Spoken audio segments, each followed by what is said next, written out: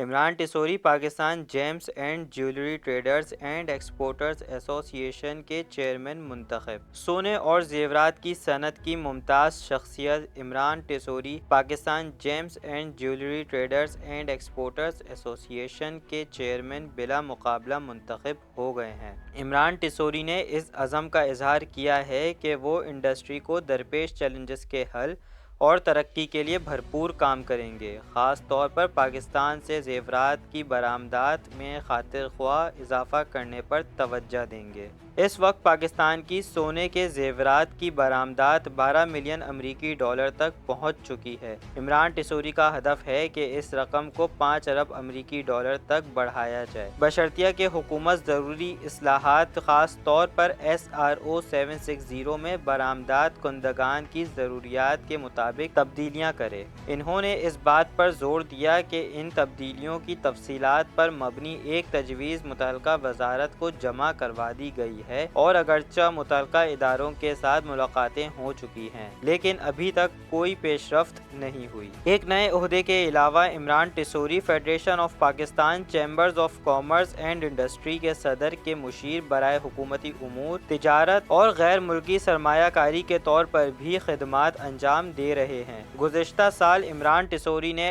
FPCCI کے انتخابات میں نائب صدر کے عہدے کے لیے بھی حصہ لیا، جو ان کی کاروباری برادری میں فعال شرکت کا مظہر ہے۔ عمران ٹیسوری نے وعدہ کیا ہے کہ اپنے دور میں وہ تمام اسٹیک ہولڈرز کو ساتھ لے کر چلیں گے اور انڈسٹری کے درپیش مسائل کو حل کریں گے۔ وہ پر امید ہیں کہ ان کی تجاویز منظور ہو جائیں گی، جس سے زیورات کی صنعت ملک کے زیر مبادلہ میں اضافہ کرنے اور معیشت کی بحالی میں اہم کردار ادا کر سکے گی۔